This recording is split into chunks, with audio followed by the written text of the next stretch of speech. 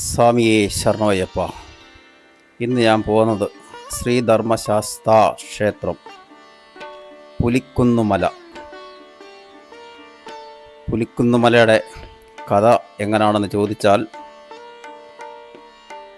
പന്തളത്ത് രാജാവ് പമ്പയിൽ വേട്ടയ്ക്ക് പോവുകയും അവിടെ ഒരു കുഞ്ഞിൻ്റെ കരച്ചിൽ കേട്ട് ആ കുഞ്ഞിൻ്റെ അടുത്ത് ചെല്ലുമ്പോൾ കഴുത്തിലൊരു മണി കെട്ടിയ നിലയിൽ ഒരു പിഞ്ചു കുഞ്ഞിനെ കാണുകയും അവിടെ ഒരു മുനി പ്രത്യക്ഷപ്പെടുകയും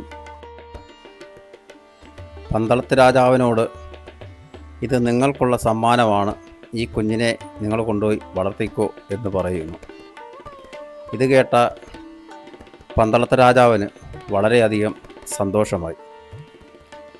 പന്തളത്ത് രാജാവിന് കുഞ്ഞില്ലല്ലോ, അതുകൊണ്ട് അങ്ങനെ മണികണ്ഠൻ പന്തളത്ത് വളർന്നുകൊണ്ടിരിക്കുമ്പോൾ പന്തളത്ത് രാജാവിന് ഒരു കുഞ്ഞ് പിറന്നു. അങ്ങനെ രാജ്ഞിക്ക് സംശയമായി. കാര്യം, മണികണ്ഠനുള്ളപ്പോൾ സ്വന്തം മകന് രാജാവാകാൻ പറ്റില്ല. അന്നേരം മണികണ്ഠനെ എങ്ങനെയും ഒഴിവാക്കണം. അങ്ങനെ കൊട്ടാര വൈദ്യനും രാജ്ഞിയെല്ലാം കൂടെ കൂടി ഒരു ആലോചനയൊക്കെ നടത്തി. അങ്ങനെ രാജ്ഞി അതികഠിനമായ വയറുവേദന അഭിനയിച്ചു. പല വൈദ്യന്മാരും പലരും വന്ന് നോക്കിയിട്ടൊന്നും രാജ്ഞിയുടെ വയറുവേദന മാറുന്നില്ല. അങ്ങനെ മണികണ്ഠൻ കൊട്ടാര വൈദ്യനോട് എന്താണ് അസുഖമെന്നും ഇത് മാറാൻ എന്താണ് ഒരു മാർഗം എന്ന് തിരക്കുകയും, അങ്ങനെ കൊട്ടാര വൈദ്യൻ പുലിപ്പാൽ കുടിച്ചാൽ അമ്മയുടെ വയറുവേദന മാറും എന്ന് പറഞ്ഞു. എന്നാൽ ഇവർ ഉദ്ദേശിച്ചത്, പുലിയെ പിടിക്കാൻ പോകുമ്പം പുലി മണികണ്ഠനെ കൊല്ലും, അതിനുശേഷം സ്വന്തം മകന് രാജാവാകാൻ പറ്റുകയും ചെയ്യും. അങ്ങനെ പുലിപ്പാൽ ഞാൻ കൊണ്ടുവരാം എന്നും പറഞ്ഞുകൊണ്ട് മണികണ്ഠൻ ശബരിമല വനത്തിലേക്ക് പോവുകയും ശബരിമല വനത്തിൽ നിന്ന് പുലിപ്പാലിന് പകരം മണികണ്ഠൻ പുലിപ്പുറത്ത് കയറി പന്തളത്ത് വരികയും ചെയ്തു. പന്തളത്ത് വന്നതിന് ശേഷം വേണ്ടോളം ഉള്ള പാല് കറന്നെടുക്കാൻ പറയുന്നു.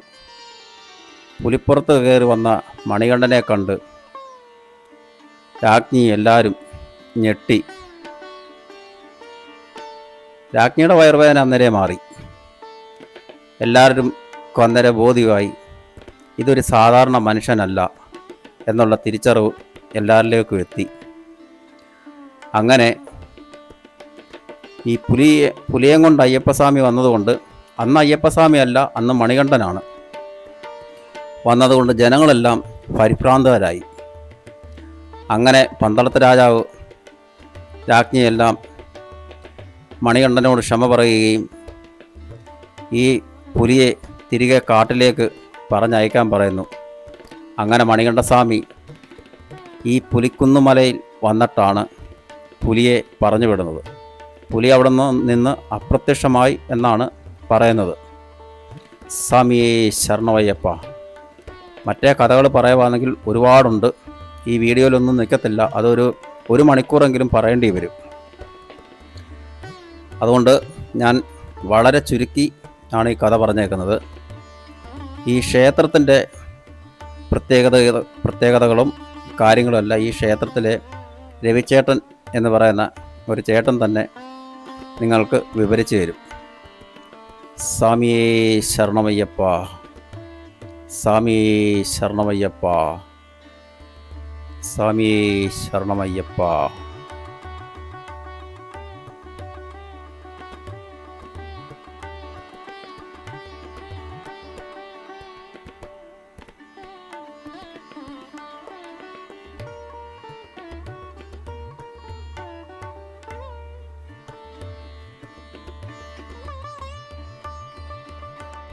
ഇത് രാജവംശത്തിൻ്റെ ഭൂമിയായിരുന്നു പഴയ കാലം.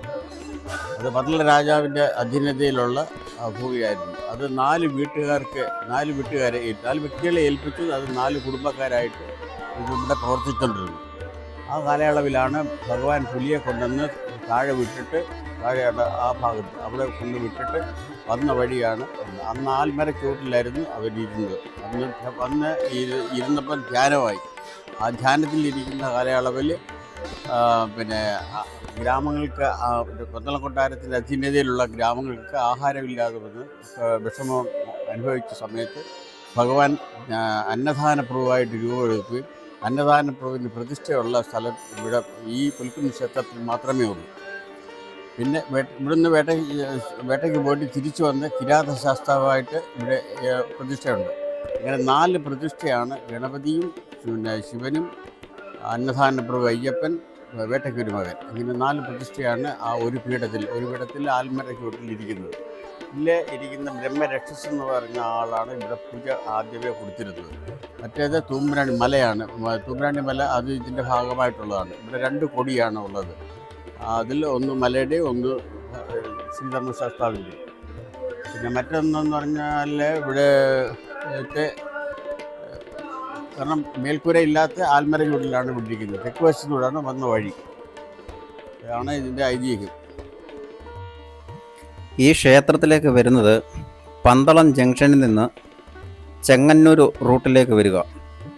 1 കിലോമീറ്റർ വരുമ്പോൾ കുളനട എന്ന് പറയുന്ന ജംഗ്ഷനിൽ നിന്ന് വലത്തോട്ട് തിരിഞ്ഞ് പത്തനംതിട്ട റൂട്ടിലേക്ക് കയറുക. അവിടെ കയറി ഒരു 3/4 കിലോമീറ്റർ വരുമ്പോൾ ഇടത്തോട്ട് ഒരു റോഡുണ്ട്.